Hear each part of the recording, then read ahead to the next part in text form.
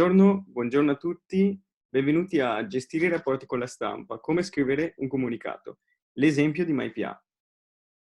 E questo è il nuovo appuntamento della rete dei comunicatori di cui fate parte, come sapete è nata per condividere conoscenze, scambiare idee e imparare insieme a comunicare. Nelle ultime puntate abbiamo visto i social network, abbiamo fatto un focus sui social e come possono essere sicuramente uno strumento efficace anche per comunicare direttamente con i cittadini. Oggi vediamo i rapporti con la stampa e, nello specifico, come scrivere un comunicato stampa. I rapporti con la stampa, come sappiamo, sono spesso trascurati o sono considerati una cosa vecchio stile. Invece vedremo con i nostri ospiti come sono uno strumento efficace anche nel 2020. Vado subito a presentare gli ospiti. Abbiamo Luca De Pietro, direttore unità organizzativa, strategie ICT e agenda digitale Regione del Veneto. Buongiorno Luca. Buongiorno Giacomo, buongiorno a tutti. Ilenia Zambonin, responsabile comunicazione, agenda digitale Regione del Veneto. Buongiorno, ciao. Enrico Albertini, giornalista e esperto di social media. Buongiorno Giacomo, ciao. E Antonino Mola, strategia ICT e agenda digitale Regione del Veneto. Vedo che siamo già in tanti da tutto il Veneto e prima di dare il via a questo webinar ricordo come fare le domande. Nel modulo, nella barra nera qui sotto trovate il modulo Q&A oppure nella chat potete scrivere le domande in pubblico oppure direttamente a me in privato. Allora, lascio subito la parola a Luca De Pietro che fa una piccola introduzione, una panoramica sulle attività della rete e le nuove opportunità per i comuni. Prego Luca. Grazie Giacomo, sì, una brevissima introduzione, hai già detto due cose molto importanti prima. Questo è l'appuntamento ormai mensile che questa rete di comunicatori si è data. Crediamo molto che la continuità e in qualche modo la determinazione di creare un appuntamento abitudinario sia fondamentale anche per far crescere la rete. I numeri ce lo stanno dicendo, ormai siamo più di 140-150 persone iscritte alla rete dei comunicatori, quindi questo siamo molto contenti. Questo lo conferma anche un secondo aspetto che sottolineavi prima, il tema della crucialità della comunicazione. Per troppo tempo o in molti ambiti si pensa solo al digitale come una dimensione tecnologica, invece sempre di più ci accorgiamo che il digitale ha una dimensione culturale fondamentale perché senza le competenze non si riesce a utilizzare, ma non ci possiamo dimenticare che c'è anche una dimensione del racconto. Dobbiamo come enti pubblici imparare a raccontare meglio i nostri servizi, a raccontarli attraverso i canali opportuni, a capire anche qual è il valore di questi servizi da trasmettere. Spesso raccontiamo di super innovazioni o di aspetti che per noi che li progettiamo, li realizziamo, ci sembrano effettivamente elementi essenziali, non ci mettiamo nei panni dell'utente e non riusciamo quindi anche spesso a individuare i contenuti corretti. Questo percorso che la rete di comunicatori sta facendo è un percorso stimolante, ovviamente parte da un presupposto che è poi alla base di queste iniziative che noi portiamo avanti come Agenda Digitale del Veneto, è un gruppo di animazione, è una comunità di professionisti, per cui noi siamo qui a darvi delle sollecitazioni, a darvi degli spunti, ma poi è soltanto attraverso il lavoro comune di questa comunità che riusciremo a traguardare e a progettare al meglio qualsiasi azione di comunicazione.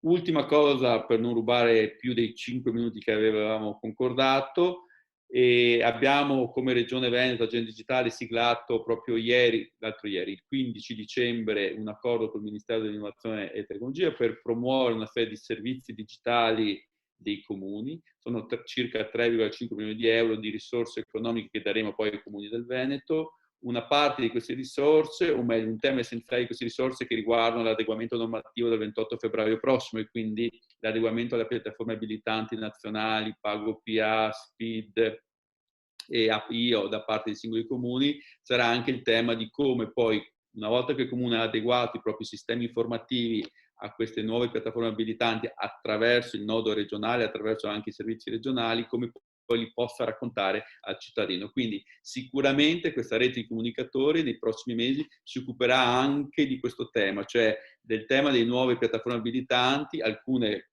già le conosciamo perché MyPA è una di queste, è una piattaforma regionale ma che già per esempio usa Speed e quant'altro, ma sarà un tema fondamentale raccontare agli operatori e soprattutto agli operatori e ai cittadini questi nuovi servizi che metteremo a disposizione. Quindi grazie ancora, buon lavoro e ci sentiamo dopo per le domande. Grazie Luca. Molti spunti interessanti, quindi molte novità che sicuramente aiuteranno, come dicevi, a comunicare sia con i cittadini che con i colleghi. Arriviamo subito quindi a Eleni Zambonin che ci spiega perché i rapporti con la stampa sono importanti. Sì, allora, prima di capire perché sono importanti, vi voglio far vedere dei dati che ho estrapolato da Audipress del 2020, e quindi sono proprio freschissimi. Vi condivido lo schermo e alla fine voglio lasciarvi anche con qualche suggestione che abbiamo fatto stamattina proprio io e Luca De Pietro. Allora, vediamo. Intanto vediamo questa indagine che è stata fatta sui quotidiani e sui periodici a livello nazionale, stiamo parlando.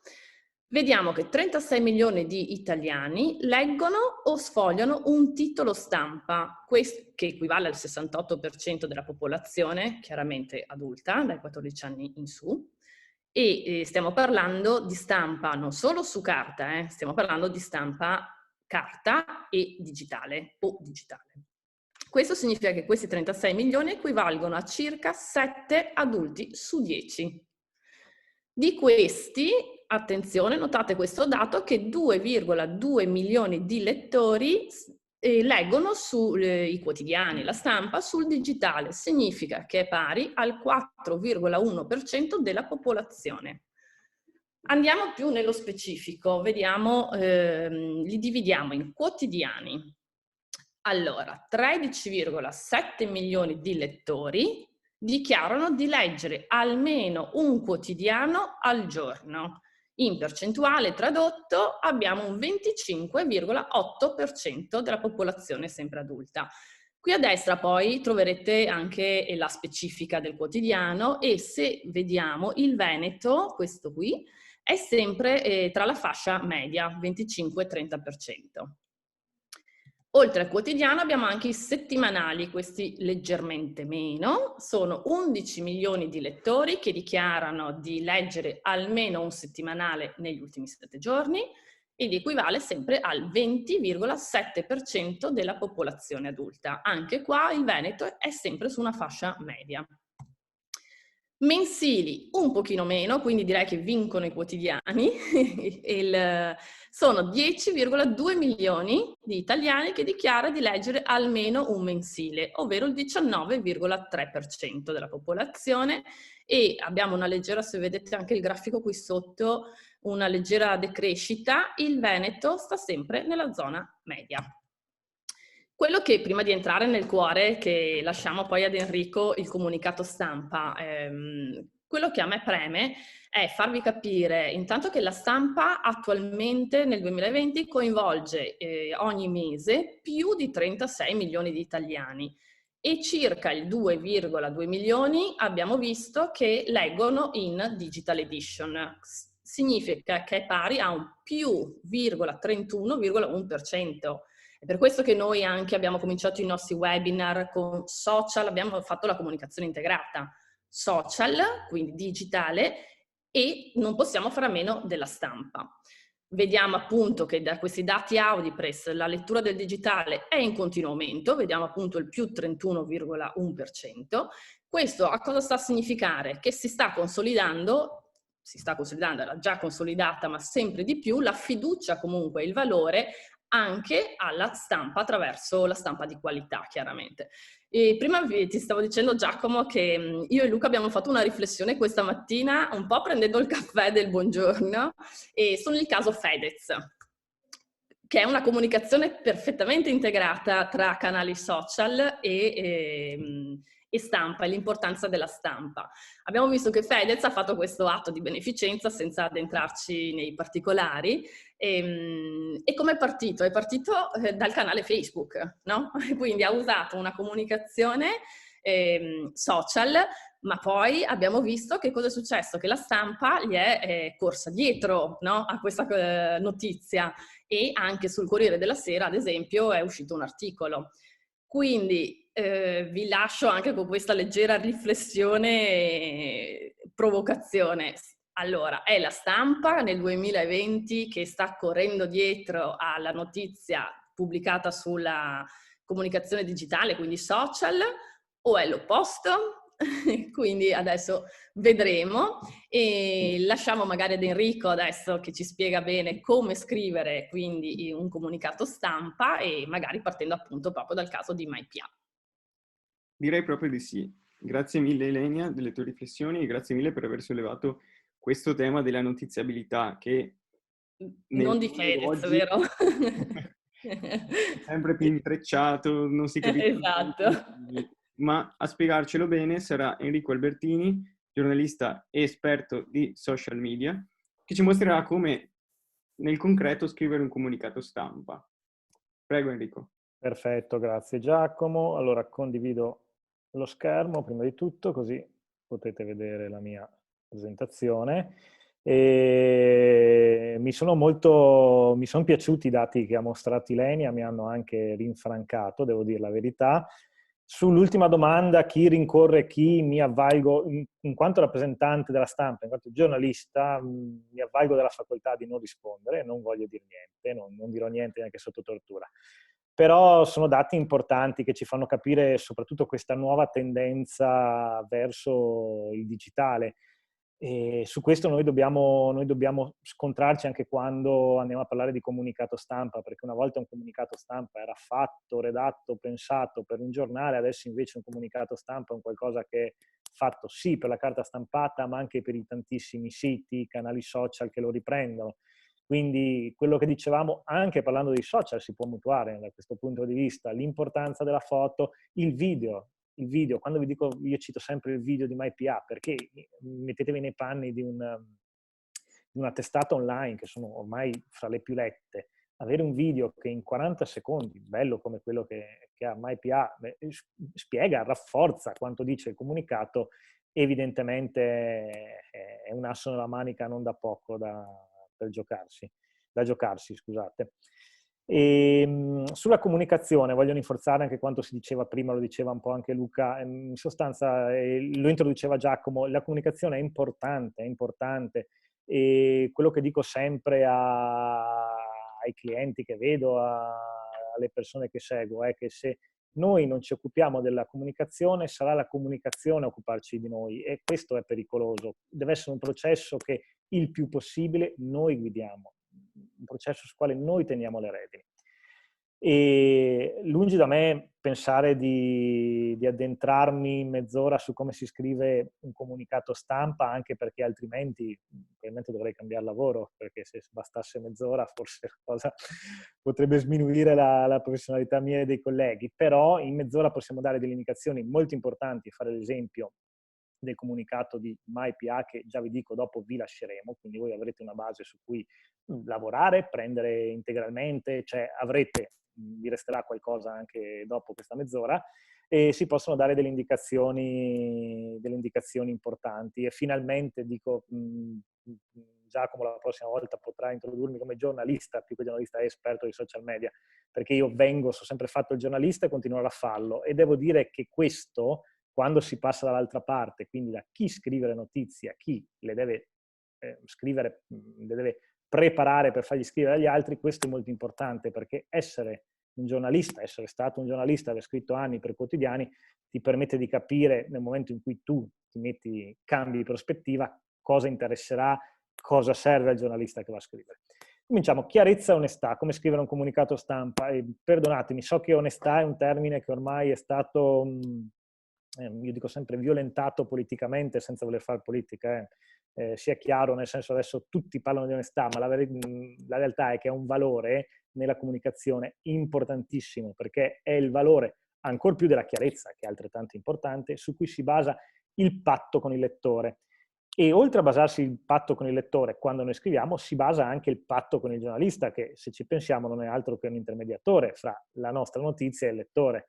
Ricordiamoci sempre, questa è una cosa importante, siamo corretti nella comunicazione perché gabbare un lettore, gabbare un giornalista è sempre possibile, anche perché i giornalisti hanno sempre molto meno tempo, devono scrivere più notizie al giorno, non è neanche per loro facile a volte valutare un comunicato, e allora ecco che l'onestà diventa fondamentale, perché se io ti frego una volta, stiamo sicuri che rompendo questo patto di fiducia, le volte dopo, anche avendo la notizia più bella del mondo, il giornalista non ci pubblicherà. Per questo, ancor più del contenuto, che rimane importantissimo, rimane fondamentale, il rapporto diretto, ma magari lo vedremo anche in una lezione dedicata un po' più avanti, è fondamentale, perché ormai non c'è, la velocità impera soprattutto online, non c'è più tempo per giudicare a fondo, e allora cosa diventa metodo di giudizio? L'autorevolezza. Cioè, se la persona che mi manda questo contenuto, io sono sicuro di essere una persona affidabile, una persona seria, una persona che mette tutto quello che c'è da mettere, già questo è un grande punto di vantaggio.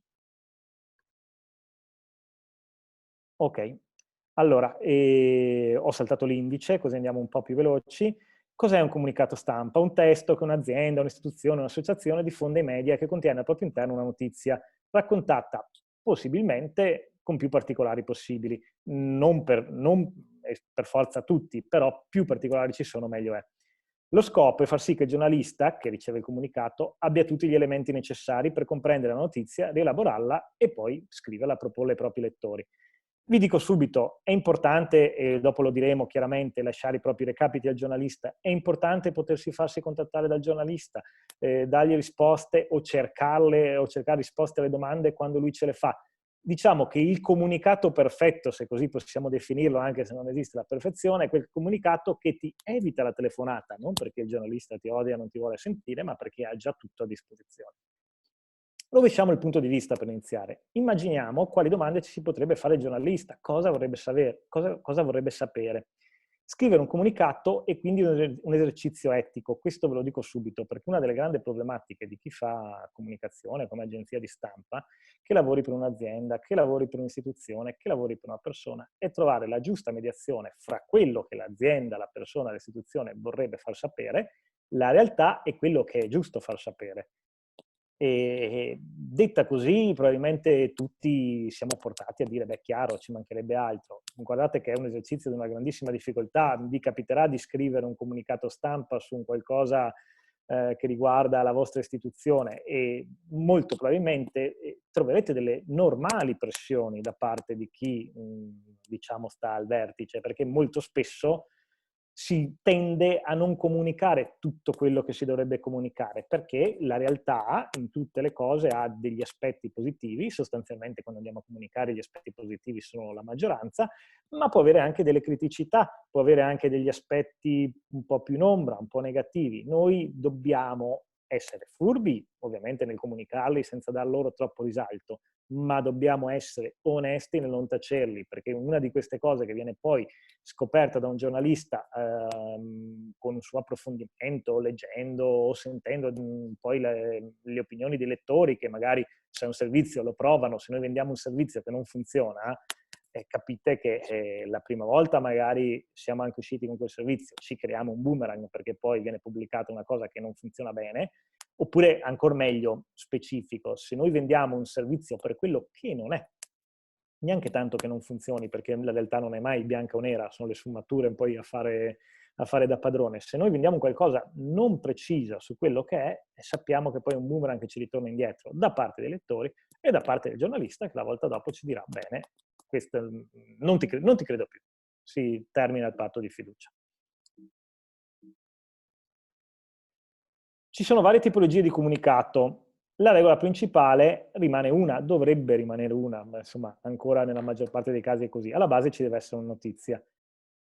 Tutti noi, ogni istituzione, ogni pubblica amministrazione sicuramente sarà portatrice sana di notizie, avrà degli asset comunicativi che possono essere sfruttati per essere comunicati, per arrivare a un pubblico ampio, un target sempre più ampio e definire il proprio operato verso l'esterno. E dare una definizione di notizia non è semplice, è un concetto anche abbastanza variabile, ma in sostanza potremmo arrivare a questa conclusione. Cos'è la notizia? Si tratta di una storia, un fatto, con carattere di esclusività o novità che ha un interesse pubblico e che quindi noi vogliamo veicolare attraverso i media. Velocissimamente, 4 tipologie di notizie, 4 macro tipologie, poi ognuno al suo interno può trovare delle differenze, va benissimo. Cos'è una notizia? Un fatto, un insediamento, una scoperta o un nuovo servizio, come nel caso dell'MPA. Un report è una ricerca. I numeri, soprattutto se sono numeri inediti, che vanno poi a toccare, analizzare argomenti sociali, diciamo, abbastanza dibattuti, sono una notizia. Poi ci sono le storie le vediamo, insomma, l'arte della narrazione delle storie ormai sta arrivando a vette molto alte, che ne so, io faccio sempre l'esempio di un giovane che costruisce da zero un'impresa, allora si costruisce tutta la narrazione di lui, si comincia sempre dal garage, no? Se abbiamo capito questa cosa, che quando nasce una startup comincia sempre da un garage, e questo secondo me forse è un po' una captazione benevolenza. Comunque le storie sono notizie. Poi c'è una tipologia un po' particolare di notizie, sono i commenti, a volte anche solo una dichiarazione a una notizia. Ovviamente deve essere una dichiarazione fatta da un esperto, da un rappresentante di un'istituzione, da qualcuno di importante su un determinato tema. Faccio un esempio partendo dall'alto, ma così ci capiamo. Se il Presidente della Repubblica fa un comunicato con un commento su una legge che dovrebbe promulgare, chiaro che non c'è un fatto, chiaro che non c'è una ricerca, chiaro che non c'è una storia, ma chiaramente è una notizia, perché lui è la massima autorità in quel settore, quindi la sua dichiarazione diventa di per sé una notizia. Questo vale soprattutto a livello istituzionale, quindi ve l'ho aggiunto, perché a volte quando succede un fatto, quando c'è un servizio o un disservizio, anche solo una dichiarazione, quindi un virgolettato, un parlato del massimo rappresentante dell'istituzione, della persona responsabile del servizio, diventa di per sé una notizia. Non è più un commento, ma è una notizia. Quali sono gli elementi fondamentali di un comunicato? Li elenchiamo e poi andiamo a vedere anche in un esempio reale, e li vedremo anche nel comunicato di MyPA. La titolazione. I 3 elementi di titolazione sono importantissimi. Gli occhielli, la parte sopra il titolo vero e proprio, dopo lo vediamo, dove si contestualizza di solito la notizia, la si introduce. Poi c'è il titolo, di solito un bel neretto, 3-4 righe, di solito in maiuscolo, dove si raccontano gli elementi fondamentali della notizia. È quel flash che deve attirare l'attenzione del giornalista e o del lettore. E il sommario, che è la parte sotto, il terzo elemento di titolazione, dove generalmente si danno altri elementi, magari una coloritura un po' più sulla notizia, o si mette il virgolettato. Poi vi dirò di fare sempre comunicati che abbiano all'interno, al proprio interno, un virgolettato. Nel sommario si mette un estratto del virgolettato, ovviamente, non tutto il virgolettato, altrimenti la titolazione diventa più lunga del comunicato, e vi assicuro che esistono anche queste tipologie di comunicati che arrivano. Cosa importante, questi 3 elementi non sono in competizione, ma sono complementari, quindi devono dare ognuno un'informazione diversa e non essere ridondanti. Una regola del buon giornalista, e che vi assicuro per le prime volte non riuscirete mai a rispettare, e tuttora anche chi è esperto la fa fatica, e chiede addirittura, per evitare ripetizioni, per evitare anche proprio all'occhio che un concetto passi 2 volte, di non utilizzare mai la stessa parola fra occhiello, titolo e sommario. Credetemi, anche quando si parla di servizi, dopo vedremo l'esempio di MyPA, e non è facile. Questo vi spiega anche perché a volte, se vi capita di vedere dei comunicati o delle notizie, dei comunicati riportati a notizia nei siti, trovate questo gran florileggio di sinonimi. Si fa, e lo si fa proprio come forma mentis per evitare di ripetere concetti. Quindi se c'è un qualcosa che si somiglia, almeno cambiamo parola. C'è poi il testo, che si divide a sua volta in attacco, corpo del testo e chiusura finale. L'attacco è il momento cruciale in realtà, dopo sistemiamo, anche perché alla fine vedremo perché, quello nel quale bisogna dare le informazioni essenziali in poche righe, massimo 4-5. È un po' come un'esca, se il lettore a bocca leggerà tutto il resto, e se vi ricordate è un qualcosa di simile a quanto si diceva sui social, sul testo per i social.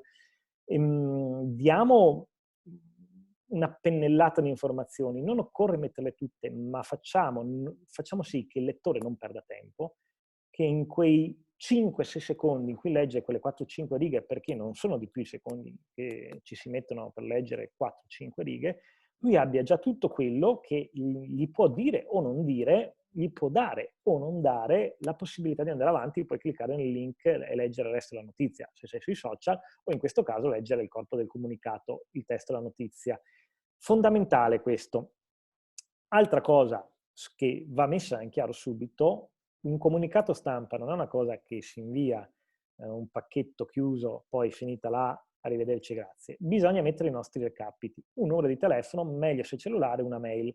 Il giornalista deve poterci contattare nel limite del possibile, non a mezzanotte, a qualsiasi ora del giorno, perché io dico cellulare, lo dico soprattutto per voi. So che può essere un problema, però a me è capitato in passato di avere uffici stampa di istituzioni che lasciano un recapito fisso e magari poi alle 4:30 del pomeriggio, alle 5, non hanno più nessuno che lo monitora. Non aver risposta non ti toglie i dubbi che ti vorresti togliere e rischia di far sì che poi allora questa notizia, se non sono sicuro, non la metto. Quindi magari mettendo anche, insomma, non si dovrebbe, però facendo capire anche evitare di chiamare alle 10, ma nessuno chiama alle 10, i giornali ormai è vero che vanno in stampa attorno alle 11, 11:30, ma i pezzi sono più o meno scritti, a meno che non ci sia una novità che esce, un attentato terroristico alle 9:30, allora si cambiano le pagine. Entro le 8:30 sono scritti, quindi lasciare dove possibile un recapito cellulare, farsi trovare anche fuori d'ufficio. In termine comunicativo, questo viene simbolicamente mostrato dalla piramide rovesciata, in cui si mette in alto l'informazione principale, poi quelle importanti, poi gli approfondimenti, poi l'informazione di contorno.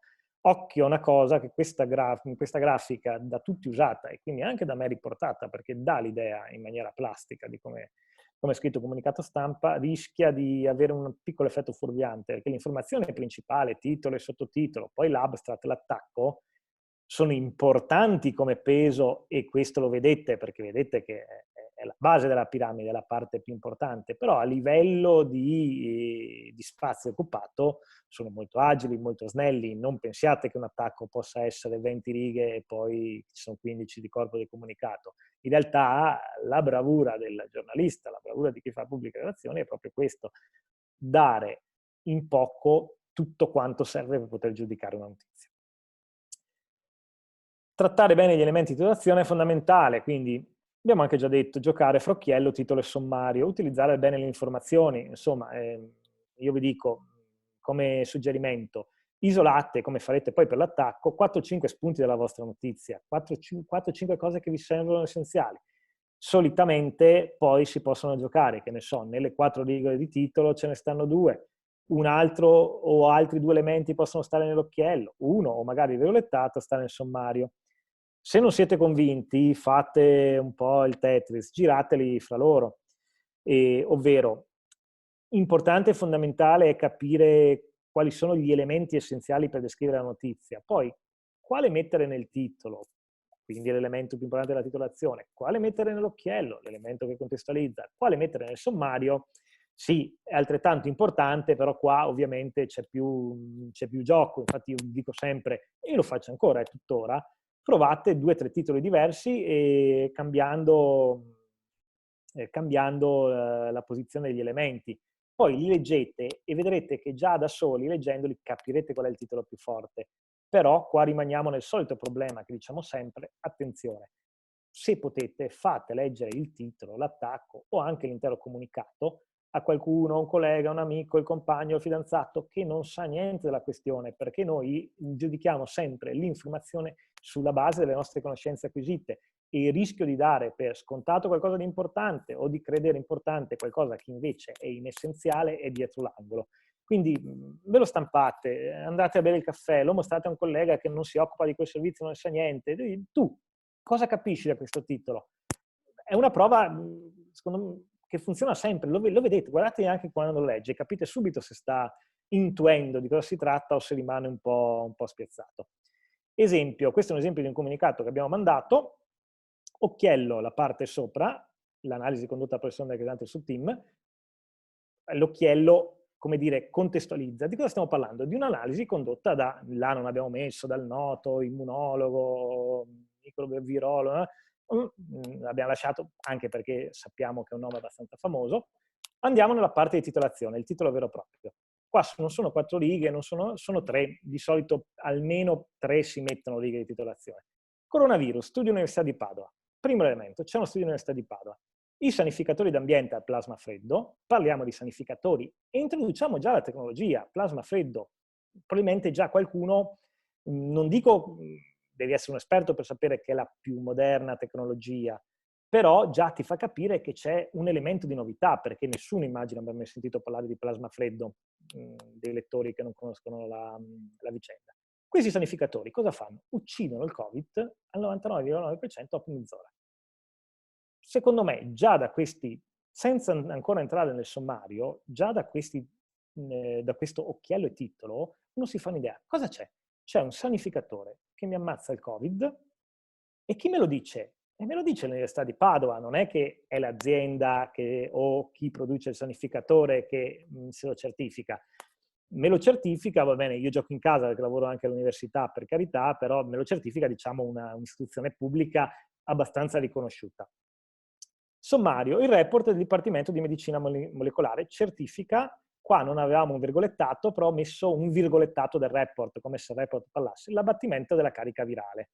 Quindi rinforzo questa cosa, dico guarda, proprio questo report non è, perché molto spesso nel titolo si tende, fino a un certo punto, anche in maniera onesta, a ingigantire un po' l'informazione che si va a dare. Invece in questo caso è proprio il report, carta accanto, virgolettato, l'abbattimento della carica virale.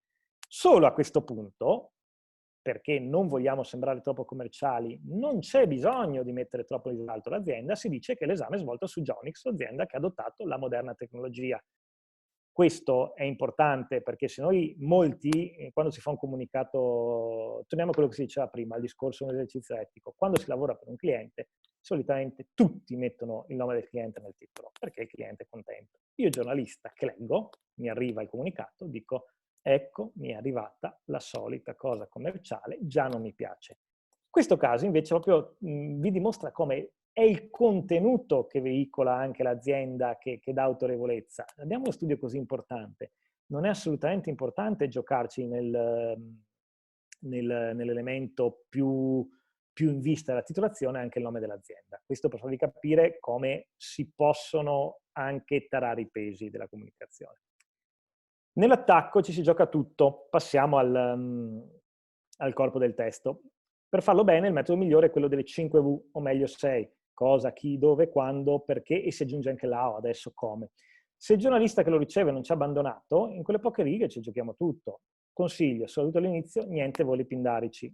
Rispettiamo le regole, a rischio di sembrare piatti. Questo perché ogni tanto si vedono degli attacchi poetici in cui il bel scrivere, il buon scrivere la fa da padrona, ma noi in realtà, soprattutto all'inizio, tutte le prime volte che ci cimentiamo nel scrivere un comunicato stampa, noi dobbiamo dare le informazioni essenziali. Piuttosto appariamo un po' piatti, magari facciamo l'elenco, ma evitiamo i voli pindarici. Allora, andiamo avanti sul comunicato che avevamo visto prima e dopo vedremo anche quello di MyPA, così ci facciamo un'idea anche sul nostro, ma mi piaceva molto farvi un esempio su qualcosa che voi non conoscevate, questo è importante, perché altrimenti fate più fatica a giudicare la bontà o meno del comunicato. Titolo di prima, stiamo parlando di sanificatori. Com'è l'attacco? L'attacco ovviamente richiama gli elementi che abbiamo usato nella titolazione, sono quelli che abbiamo individuato come fondamentali. È una moderna tecnologia al plasma freddo basato sul fenomeno della ionizzazione ad abbattere il coronavirus. Uno studio condotto dall'equipe del professore Andrea Crisanti dell'Università di Padova ha dimostrato l'efficacia del plasma freddo nell'eliminare il Covid-19. Una soluzione adottata da Geonix, azienda che opera nel settore soluzioni per la pulizia dell'aria negli ambienti chiusi. Come vedete, vi ricordate che diciamo l'altra volta eliminare gli aggettivi dove è possibile? Qua non abbiamo messo l'azienda leader, e lo è, ve lo posso assicurare che lo è, ma evitiamo tutto quello che possa sembrare una gonfiatura della notizia e farci perdere credibilità e autorevolezza. Alcuni suggerimenti per il testo. Inserire una dichiarazione. Allora, solitamente, quando noi andiamo a fare un comunicato, c'è sempre qualcuno che parla. Qua invece vi parlo proprio di MyPA. L'esempio di MyPA. Magari, se è un comune da aderire ai servizi di MyPA, il sindaco o io o l'assessore metterà una dichiarazione. Attenzione che le dichiarazioni sono il virgolettato, quello che dicono le persone, sono l'elemento che più spesso viene tolto poi nel momento in cui il giornalista va a riportare la notizia o viene decurtato e va a riportare la notizia nel giornale o nel sito. Vi do un trucco per far sì che il virgolettato non venga cambiato, non venga tolto, non venga sintetizzato. Invece di far dire alla persona, perché solitamente la persona cosa dà? Un giudizio, dice, ah, bellissima opportunità. siamo felici, siamo contenti, un'occasione in più. Noi magari facciamogli dire in una riga anche questo, ok, lo stato d'animo è un'opportunità in più, ma facciamogli dire qualcosa di fattuale. Se noi facciamo dire che ne so, al sindaco non solo quanto bello è essere in MyPA, ma non tutto ovviamente, ma una parte di quello che si può fare in MyPA, questo diventando elemento fondamentale, elemento di notizia, è molto più difficile, quasi impossibile che il giornalista lo tolga. Perché se è il sindaco a dirmi come funziona nel suo virgolettato, io non posso più togliere il virgolettato, altrimenti poi dovrei andarlo a riraccontare io. Se invece il sindaco mi dice siamo felicissimi, un'opportunità in più per i cittadini, è tutta una pappardella su una cosa del genere, a un certo punto io ho bisogno di avere spazio per scrivere la vera notizia, come funziona la cosa, del sindaco, o lo tolgo, rimane una riga, e il sindaco commenta, siamo felici dell'opportunità. Che è un peccato. Quindi la dichiarazione serve, soprattutto se la dichiarazione racconta qualcosa. Organizzare il testo per capitoli, paragrafi, con dei titoletti, questo rende più facile la lettura. Fra un po' ne vediamo un esempio. Evitare gli aggettivi, l'iperbole, gli autogiudizi. Non c'è azienda che non si definisca, ve lo anticipavo prima, non si definisca leader nel proprio settore. Ogni aggettivo in fondo è un giudizio. Dove è possibile togliamoli. Mettiamoci questa cosa in testa. Ogni aggettivo è un giudizio. Stiamo noi giudicando, invece deve essere il fatto, il servizio di per sé che parla. Se abbiamo bisogno di condirlo con tanti aggettivi, con tanti iperboli, forse poniamoci una domanda, cominciamo a dirci, ma forse la cosa che stiamo vendendo non è così tanto una notizia, non è così tanto importante, perché abbiamo bisogno di condirla talmente tanto che non siamo sicuri della notiziabilità. Troppa aggettivazione, troppa iperbole deve far scattare questo campanello d'allarme. Non superiamo le 3500 battute. Altro grande must dei comunicati. Più scrivo, più è contento il cliente, più è contento il mio capo, meglio è. Non è vero.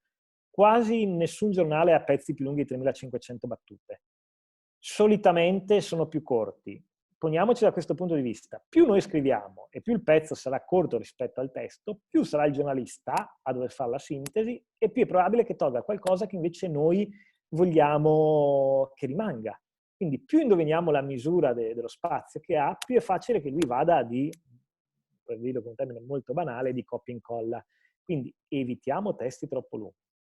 Il giornalista non ha tempo né voglia di leggere testi troppo lunghi e ci maledirà per poi dover fare lui la sintesi. Se la sintesi la riusciamo a fare già noi, molto meglio. Utilizzare dei grassetti sulle frasi, sulle parole chiave per sottolineare e stressare un po' la comunicazione. Vedete qua ci sono dei grassetti, vedete plasma freddo, ecco come funziona. I titoletti aiutano tantissimo la lettura. Il giornalista è anche disattento, che magari gli stai spiegando dell'abbattimento, un po' cala il mio tasso di attenzione perché c'ho il cellulare che suona, perché c'ho il mio collega che mi chiama, poi titoletto, plasma freddo, come funziona? Ok, ho capito. Gli elementi del comunicato, recapiti. Come detto prima, sarò breve, spesso vengono considerati poco importanti, invece questo è proprio un errore, sono importantissimi, bisogna sapersi far trovare nel momento in cui il giornalista ha bisogno di una qualsiasi delucidazione. Cosa importantissima, di cui di solito non si parla, come inviare il comunicato? Non basta avere il comunicato, bisogna anche inviare una sorta di kit che aiuti il giornalista nella scrittura. Quali sono i materiali da inviare? Obbligatori, testi e la foto, diamogli una foto.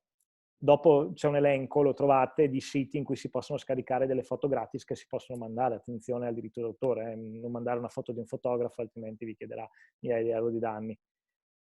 Elementi opzionali, noi quali avremo? Video, infografiche, materiali di approfondimento. Nella mail in cui mandiamo il comunicato segnaliamo al giornalista che se lavora per un sito c'è anche il video, che se ha bisogno perché è interessato, perché questo è un tema che segue molto, c'ha delle infografiche di approfondimento, c'ha l'analisi intera, diamo i link del servizio. Cioè, ormai il comunicato non è più solo un testo scritto, ma è un kit a 360 gradi.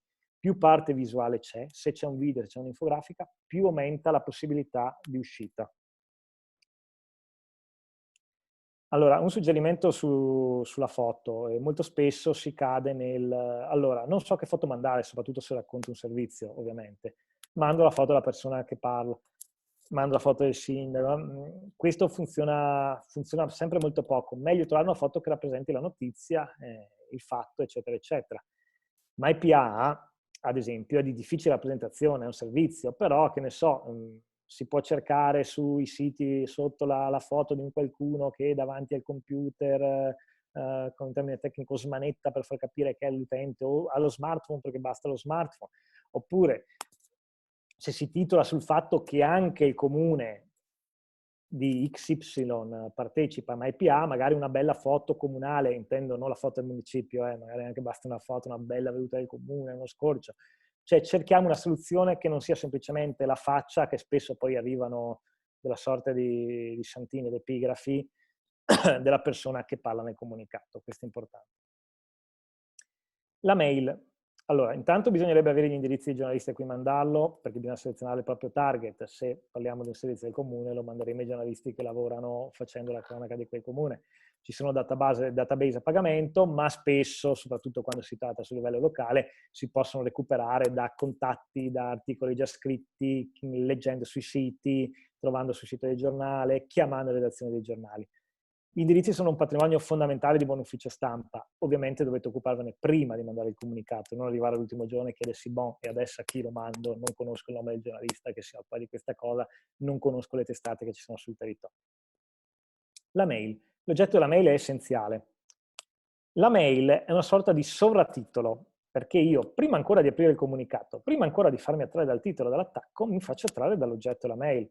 Vi assicuro che arrivano ancora, e ho fatto un esempio abbastanza reale, mail con oggetti del tenore invio comunicato, stampa, ditemi cosa sta succedendo nell'oggetto della mail, non mi interessa chi lo manda, non mi interessa chi siete, aprirò la mail, lo capisco. Ad esempio su MyPA un oggetto potrebbe essere CS, nel senso che vuol dire comunicato stampa, è un termine che ogni giornalista comprende, ma MyPA è quel portale con servizio online per cittadini e imprese, e con l'assistente digitale tutto a portata di clic. Se io vedo un oggetto così della mail, lo apro perché sono incuriosito. Se tu mi mandi, si invia comunicato, si invia la nota del... perché mi stai facendo fare questo passaggio in più, mi stai facendo perdere il tempo per andare a scoprire una cosa che magari non è interessante? La nostra mente ricorda tutto, l'ho fatto una volta, non la farò una seconda. All'interno della mail, oltre al comunicato, oltre alle foto, oltre ai link ai multimedia, fate un intro, 7-8 righe prima del comunicato, perché molti mettono anche testualmente tutto il comunicato anche nel corpo della mail, oltre a legarlo, va bene, però prima fate un intro, cioè descrivetemi cosa state andando a fare. Un aiuto, molto spesso, voi se prendete l'attacco del comunicato, se fatto bene, un po' sistemato può essere anche l'intro della mail. Un passo indietro, abbiamo parlato di foto, di mail, del testo, eccetera, eccetera, degli indirizzi da recuperare. Il comunicato, almeno nei casi in cui non si lavora emergenzialmente, quindi se non per una tubatura si chiude una via e bisogna dare notizie in tempo reale, è un lavoro di grande pianificazione. Prendetevi del tempo per pianificare la buona riuscita del vostro comunicato. E poi rileggete, come dicevo prima, questo è un oggetto di una mail arrivata qualche giorno fa, un metro di neve in montagna e fiumi sotto, oppure ieri mi sono arrivati gli auguri di Natale dell'Uffio Stampa io ho risposto grazie Uffio, sei uno, non sa, l'ironia è sempre facile. Poi potete rileggete perché i refusi, ne ho fatto anch'io uno nel testo, sono sempre segno di grande sciatteria. Vi mostro il comunicato al volo, 5 minuti, non di più, su MyPA, ma poi lo troverete. Ok.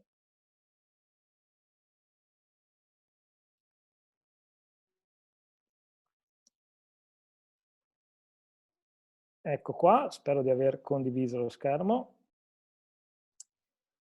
Ovviamente l'ho fatto fingendo di essere un comune, ho messo il comune dei Griffin perché stavo nel frattempo anche vedendo una puntata dei Griffin venuta in mente.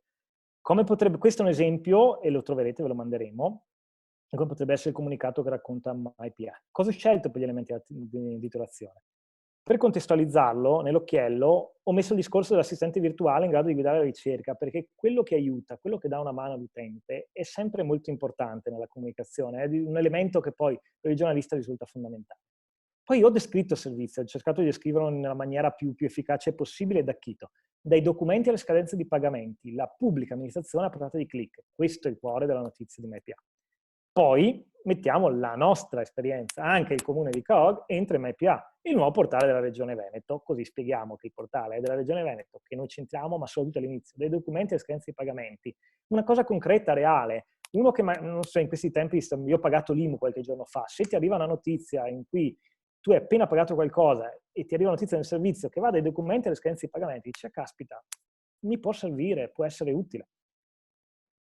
Sotto mettiamo la dichiarazione omesso del sindaco di chi parlerà, e anche in questo caso cose fattuali, quindi certificati di nascita, iscrizione all'asilo, carte d'identità, cambi di residenza e tantissimi altri servizi, tutti a portata di smartphone. In un luogo virtuale d'accesso facile e sicuro. Altro elemento, sicurezza. Siamo online, il cittadino vuole sapere che l'accesso è sicuro. Vedete che il sindaco non dice che bellissima opportunità, siamo felici, lo dirà magari anche poi nel virgolettato completo, ma evitare tutte cose che siano commenti.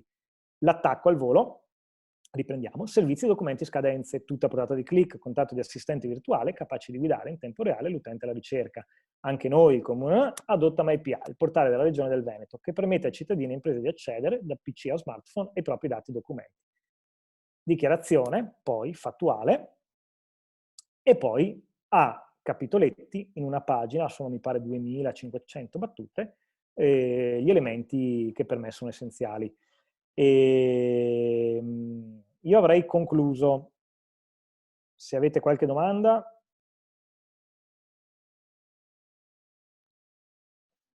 Bene, grazie mille Enrico. E sì, c'è stata una domanda dal pubblico che forse farei però rispondere direttamente a Ilenia. Sì. Il pubblico chiede se si possono avere le slide e appunto i materiali con cui costruire il proprio comunicato. Sì, assolutamente. Poi noi alla fine di ogni incontro mandiamo alle persone iscritte una mail dove indichiamo la sezione del sito di adiveneto2020.it, adesso magari ve la scrivo comunque in chat, e dove trovate tutto il materiale che esponiamo ogni webinar. Per il comunicato, che hai detto che qualcuno chiedeva di come scrivere il comunicato, giusto? Sì. Noi abbiamo già preparato il kit di MyPortal dove dopo oggi e Enrico ci passerà il comunicato e lo inseriamo dentro al kit di MyPortal. Perfetto. Adesso vi scrivo qui il sito e poi comunque vi mando una mail di riepilogo dove trovate tutte le slide. Perfetto. Allora abbiamo comunque un sacco di materiale su cui lavorare e su cui sperimentarci come provetti comunicatori. Concludiamo. A Natale non faremo altro visto che saremo tutti a casa.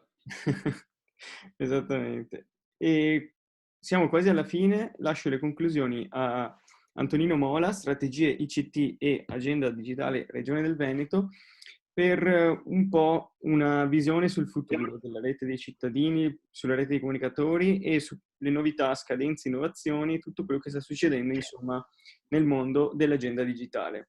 Prego, Antonino.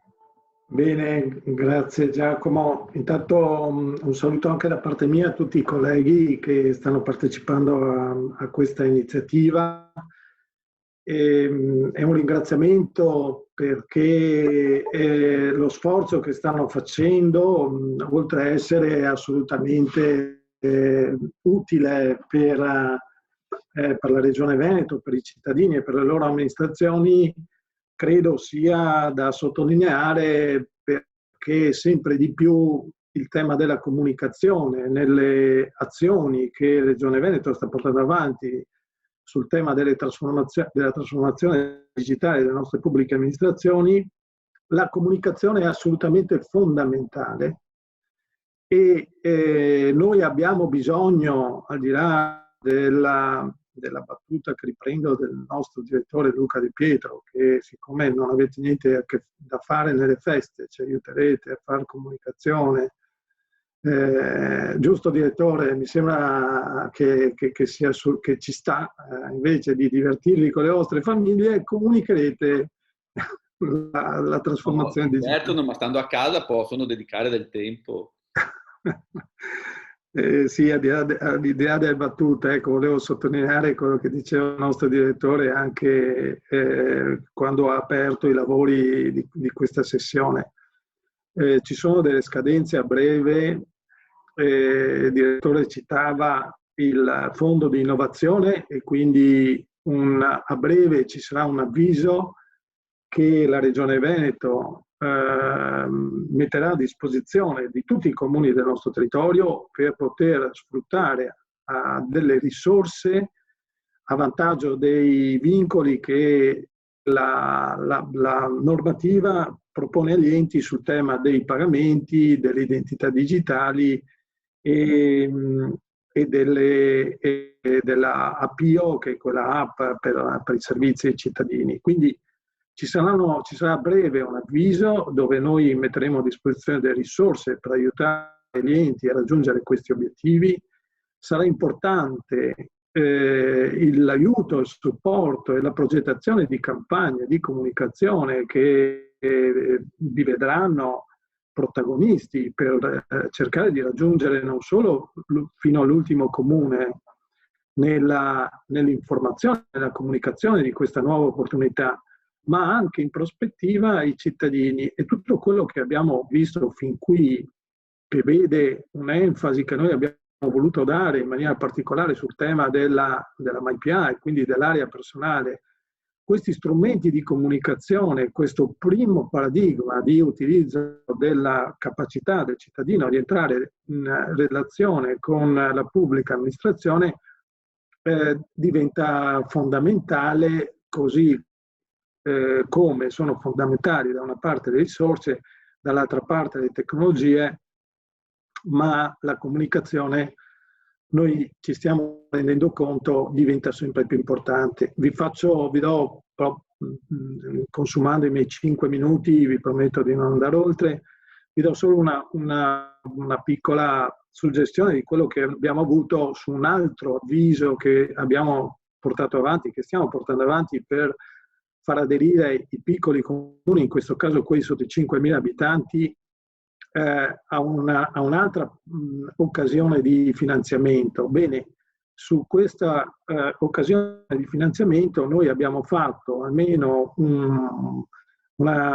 5 o 6 comunicazioni, almeno 4 o 5 webinar e quello che abbiamo avuto come risultato è di avere solo una parte di tutti i potenziali comuni disponibili ad accogliere un'adesione a un potenziale finanziamento.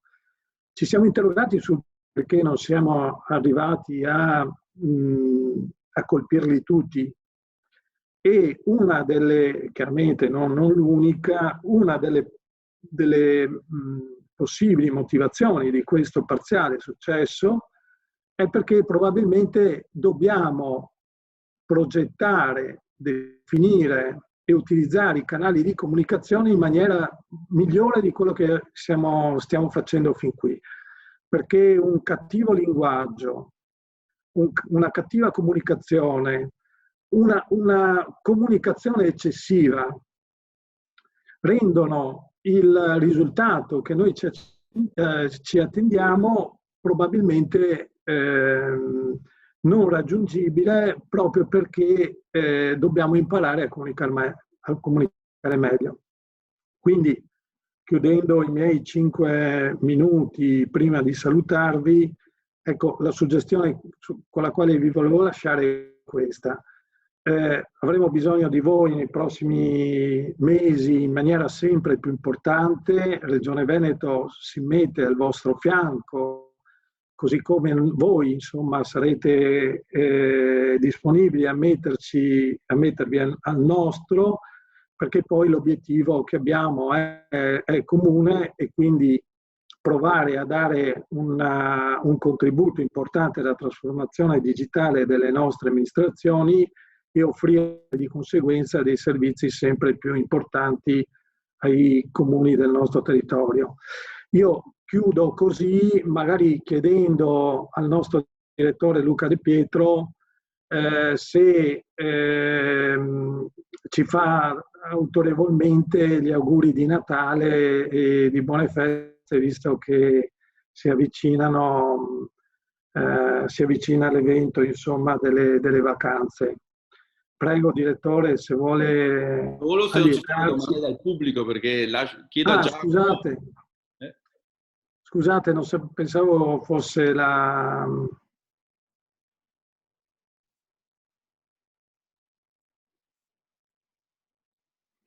Mi sa che ti tocca fare gli auguri.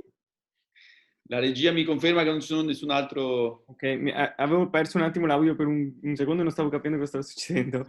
E sì, confermo che le domande sono state risposte, quindi possiamo procedere. Non sarebbe previsto dal programma, però lasciamo gli auguri di Natale stavolta. Il nostro Antonino Mola è riuscito anche a studiare questo programma e il protocollo ufficiale di questa rete di comunicatori, quindi no, in realtà accolgo veramente con grande piacere lo spunto che mi ha dato Antonino, perché il periodo è stato intenso, l'anno è stato estremamente difficile, quindi tutti noi non vediamo l'ora di passare delle giornate serene e tranquille a casa, assieme ai nostri cari, sperando ovviamente di riuscire a rispettare anche il DPCM, quindi i paletti che ci hanno imposto sul numero di persone da visitare, e auguro a tutti veramente un buon Natale con i propri cari, con la propria famiglia, e soprattutto auguro a tutti noi un anno 2021 sicuramente migliore di quello che è passato, soprattutto dal punto di vista, diciamo, del contesto generale. Devo dire che, e questo ovviamente non attenua il giudizio del 2020, dal punto di vista del digitale il 2020 è stato un anno super, perché ahimè ci siamo imbattuti, la pandemia ci ha costretti a scontrarci quotidianamente, a diventare molto più consapevolmente utilizzatori del digitale, e questo è stato sicuramente uno dei pochi vantaggi. Però nel 2021 noi ci porteremo nel 2021 questa consapevolezza, ma avremmo sicuramente la volontà e la necessità di rivederci tutti assieme, e speriamo veramente che in primavera di fare un primo incontro anche fisico di questa rete di comunicatori, magari non solo attorno a dei bellissimi speech, relatori, interventi, ma anche attorno a un buon bicchiere di prosecco. Quindi grazie ancora e buone feste a tutti, ci rivediamo, non so se abbiamo una data, ma sicuramente nella seconda metà di gennaio. Grazie Luca, e colgo l'occasione per rinnovare gli auguri anche da parte mia, e ci rivediamo per tutto il 2021 con gli incontri della rete dei comunicatori, il primo, come diceva Luca, dopo metà gennaio. Affrontiamo un'altra delle molte sfaccettature della comunicazione. Grazie a tutti e buona giornata. Grazie.